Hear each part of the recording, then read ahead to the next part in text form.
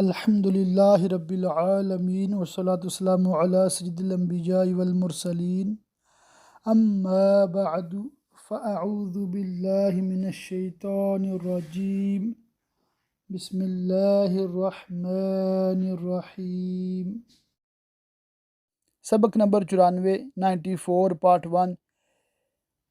تفسیر خزائن العرفان، پارہ 27واں سورۃ الحدید، آیت نمبر 20 سے ترجمہ کنز الایمان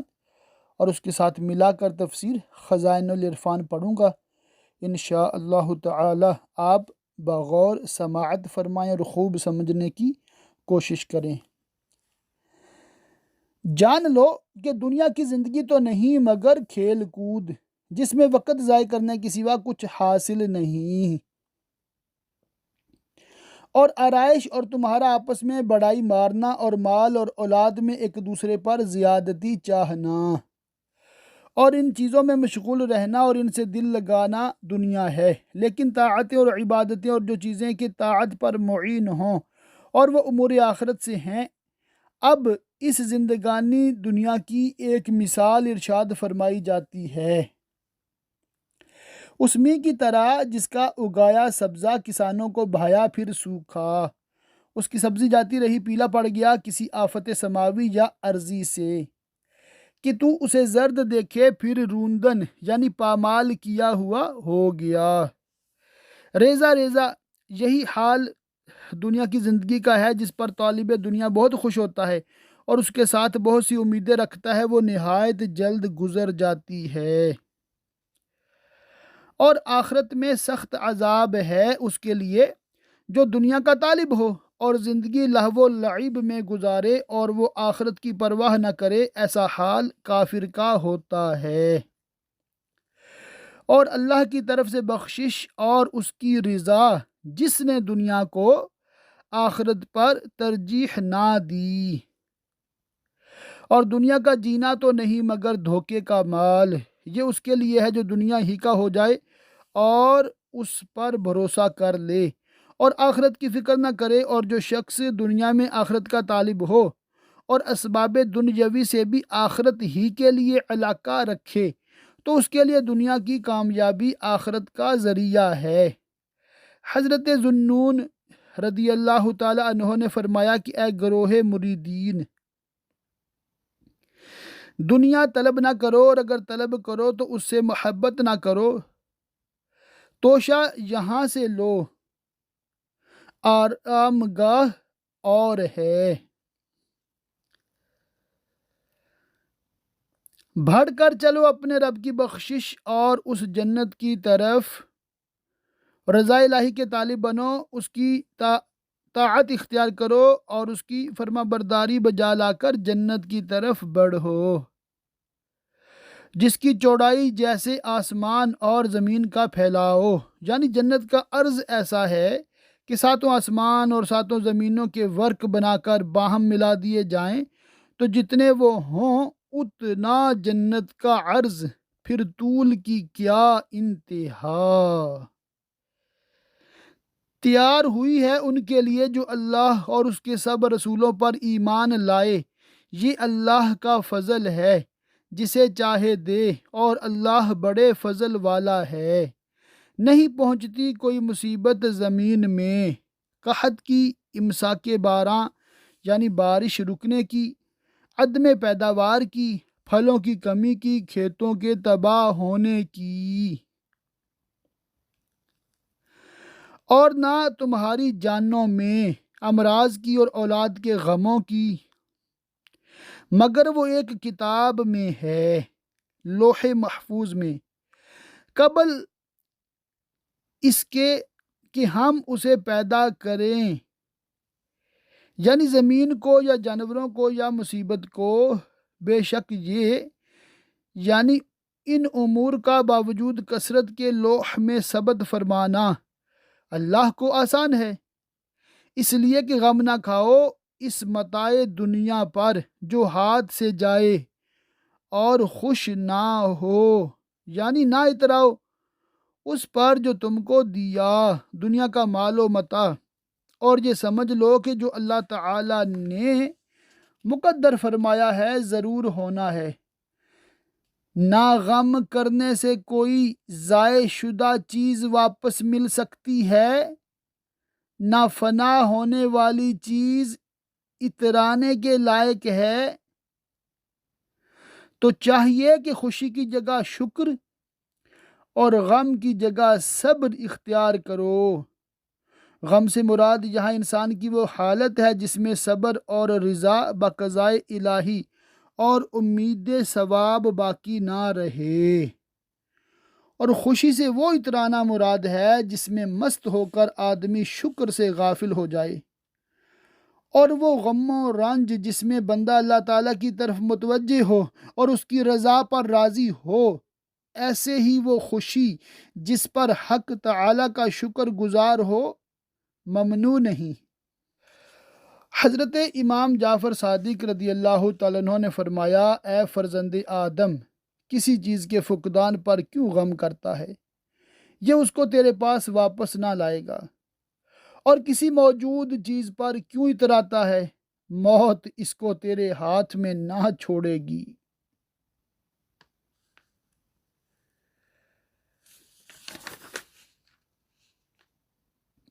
اور اللہ کو نہیں بھاتا کوئی اترونا یعنی متکبر، بڑائی مارنے والا، وہ جو آپ بخل کریں اور راہ خدا اور امور خیر میں خرچ نہ کریں اور حقوق مالیہ کی ادا سے قاصر رہیں اور اوروں سے بخل کو کہیں۔ اس کی تفسیر میں مفسرین کا ایک قول یہ بھی ہے کہ یہ یہود کی حال کا بیان ہے، اور بخل سے مراد ان کا سید عالم صلی اللہ تعالیٰ علیہ وسلم کے ان اوصاف کو چھپانا ہے جو کتب سابقہ میں مذکور تھے، اور جو منہ پھیرے ایمان سے یا مال خرچ کرنے سے یا خدا اور رسول کی فرما برداری سے۔ تو بے شک اللہ ہی بے نیاز ہے، سب خوبیوں سراہا۔ بے شک ہم نے اپنے رسولوں کو روشن دلیلوں کے ساتھ بھیجا اور ان کے ساتھ کتاب، احکام و شرائع کی بیان کرنے والی، اور عدل کی ترازو اتاری۔ ترازو سے مراد عدل ہے، معنی یہ ہیں کہ ہم نے عدل کا حکم دیا، اور ایک قول یہ ہے کہ ترازو سے وزن کا آلہ ہی مراد ہے۔ مروی ہے کہ حضرت جبریل علیہ السلام حضرت نوح علیہ السلام کے پاس ترازو لائے اور فرمایا کہ اپنی قوم کو حکم دیجئے کہ اس سے وزن کریں کہ لوگ انصاف پر قائم ہوں اور کوئی کسی کی حق تلفی نہ کرے، اور ہم نے لوہا اتارا۔ بعض مفسرین نے فرمایا کہ اتارنا یہاں پیدا کرنے کے معنی میں ہے، مراد یہ ہے کہ ہم نے لوہا پیدا کیا اور لوگوں کے لیے معادن سے نکالا اور انہیں اس کی صنعت کا علم دیا، اور یہ بھی مروی ہے اللہ تعالیٰ نے 4 بابرکت چیزیں آسمان سے زمین کی طرف اتاریں: لوہا، آگ، پانی، نمک۔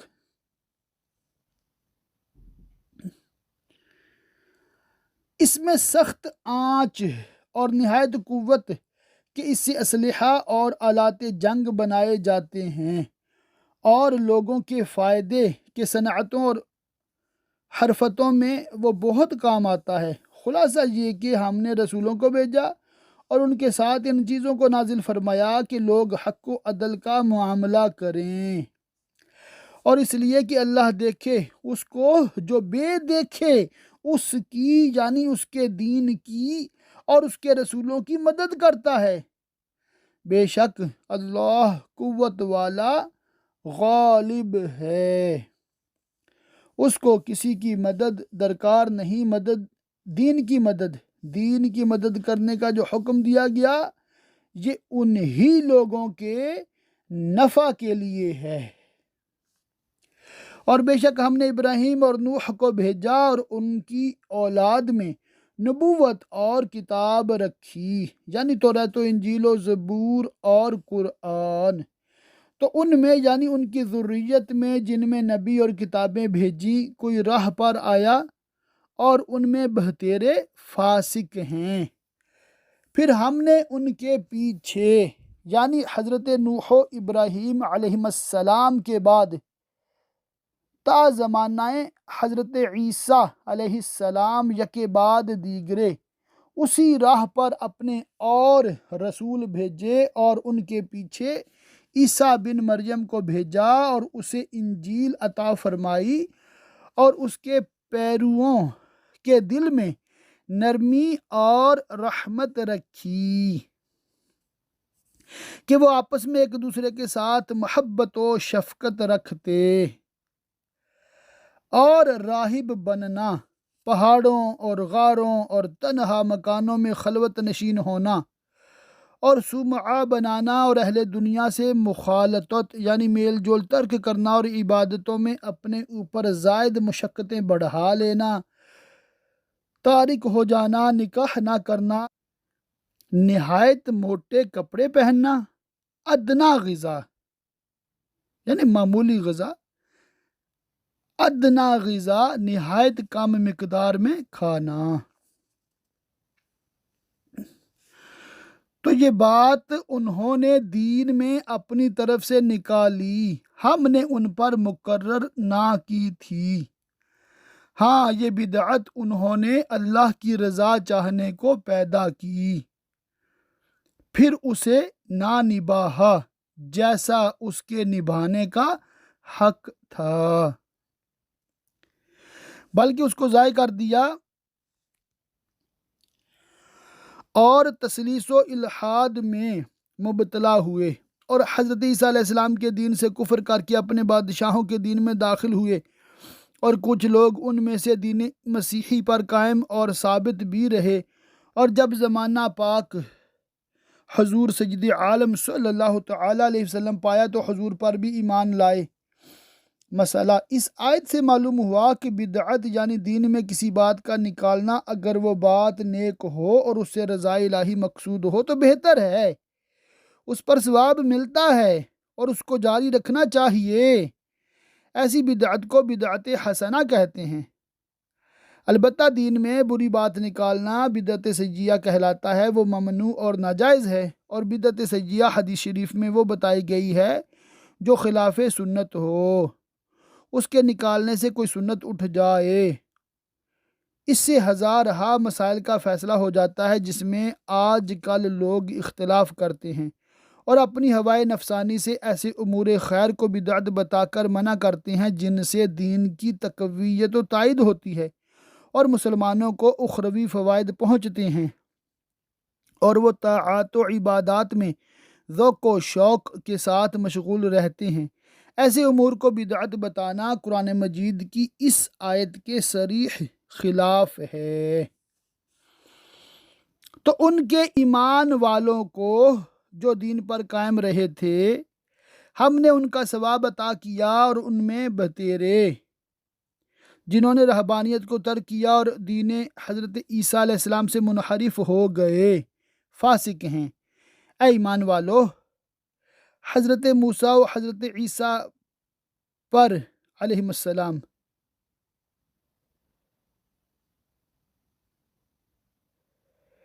یہ خطاب اہل کتاب کو ہے، ان سے فرمایا جاتا ہے اللہ سے ڈرو اور اس کے رسول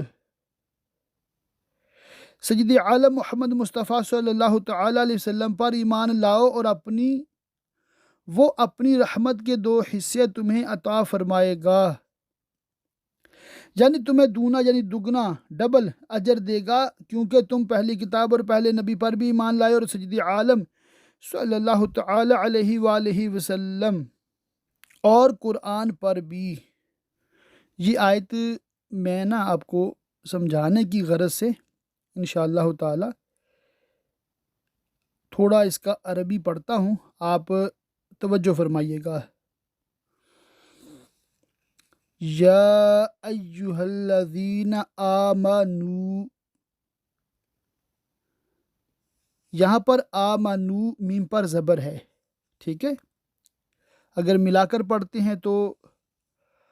آمنوا اتقوا اللہ وآمنوا برسولہ،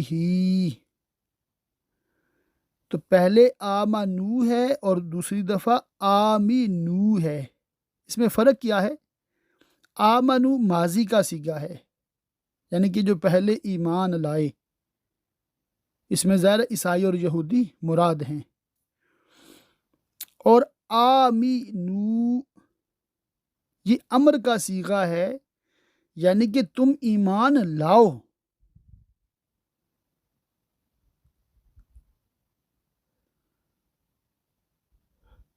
مطلب کیا بنتا ہے؟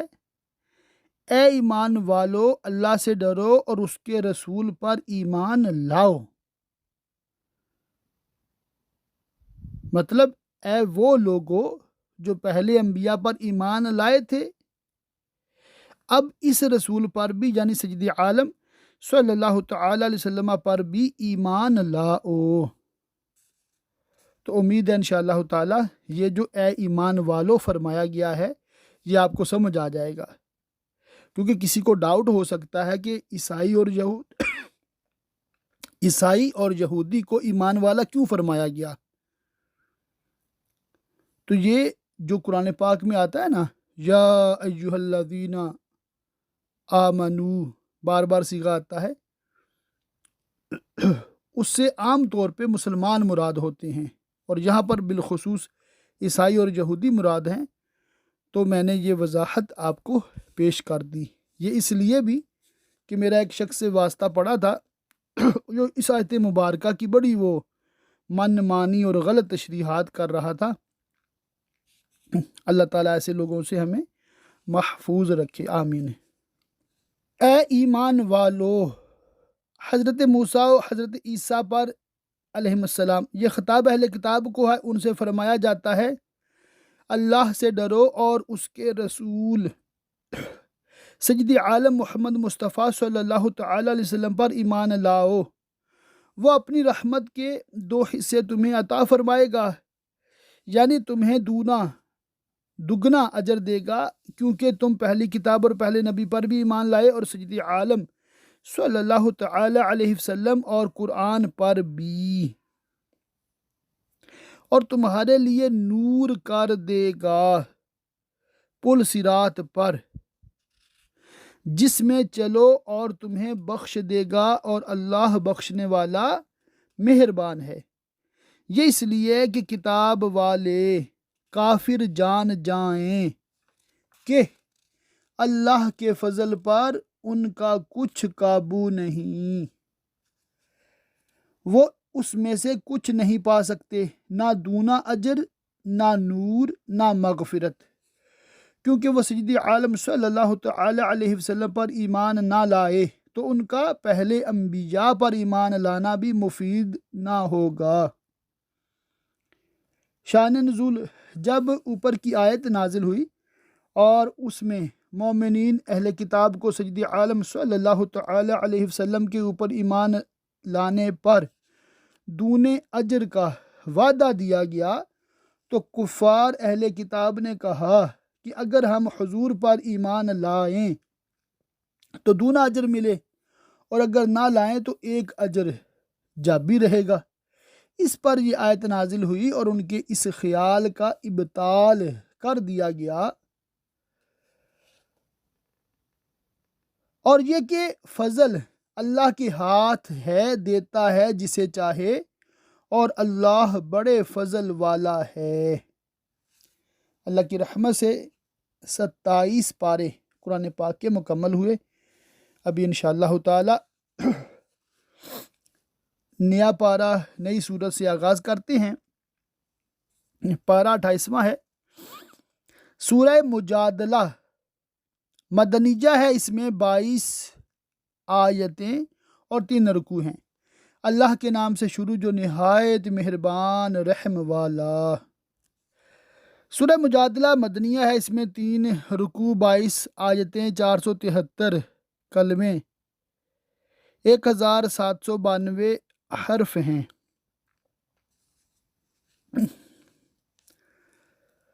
بے شک اللہ نے سنی اس کی بات جو تم سے اپنے شوہر کے معاملہ میں بحث کرتی ہے، وہ خولہ بنت ثعلبہ تھیں، اوس بن ثابت کی بیوی۔ شان نزول کسی بات پر اوس نے ان سے کہا کہ تو مجھ پر میری ماں کی پشت کی مثل ہے۔ یہ کہنے کے بعد اوس کو ندامت ہوئی، یہ کلمہ زمانہ جاہلیت میں طلاق تھا۔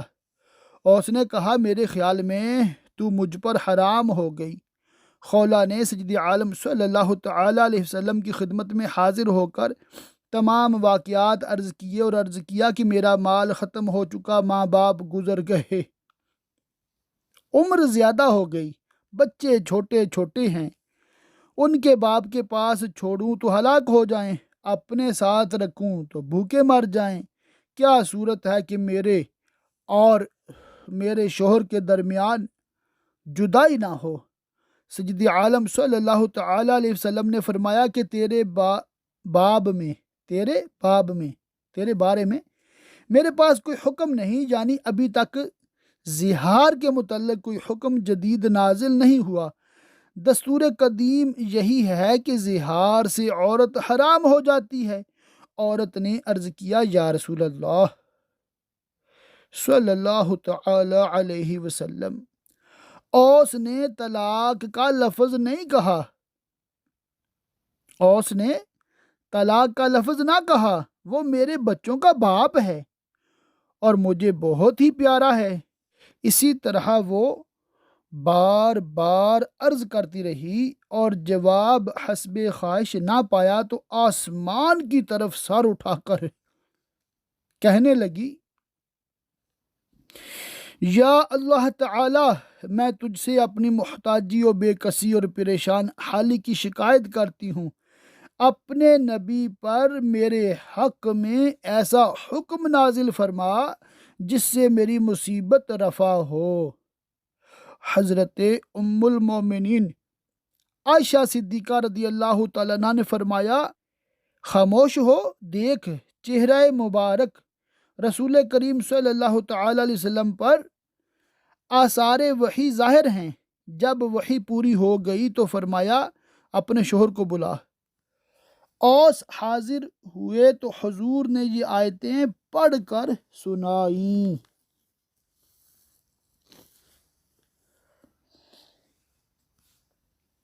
اور اللہ سے شکایت کرتی ہے اور اللہ تم دونوں کی گفتگو سن رہا ہے، بے شک اللہ سنتا دیکھتا ہے۔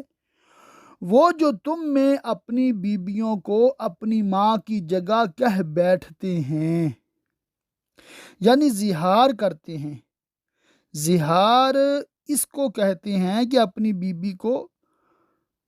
محرمات نسبی یا رضاعی کے کسی ایسے عضو سے تشبیہ دی جائے جس کو دیکھنا حرام ہے۔ مثلا بیوی سے کہے کہ تو مجھ پر میری ماں کی پشت کی مثل ہے، یا بیوی کے ایسے عضو کو جس سے وہ تعبیر کی جاتی ہو، یا اس کے جزو شائع کو محرمات کے ایسے عضو سے تشبیہ دے جس کا دیکھنا حرام ہے۔ مثلا یہ کہے کہ تیرا سر یا تیرا نصف بدن میری ماں کی پیٹھ یا اس کے پیٹ یا اس کی ران یا میری بہن یا پھوپھی یا دودھ پلانے والی کی پیٹھ یا پیٹ کی مثل ہے، تو ایسا کہنا زہار کہلاتا ہے۔ وہ ان کی مائیں نہیں، یہ کہنے سے وہ مائیں نہیں ہو گئیں، ان کی مائیں تو وہی ہیں جن سے وہ پیدا ہوئے۔ مسئلہ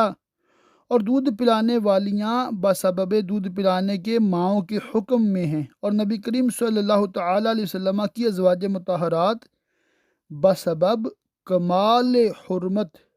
مائیں بلکہ ماؤں سے اعلیٰ ہیں،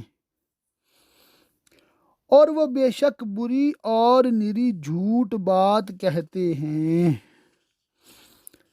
جو بیوی کو یعنی وائف کو ماں مدر کہتے ہیں، اس کو کسی طرح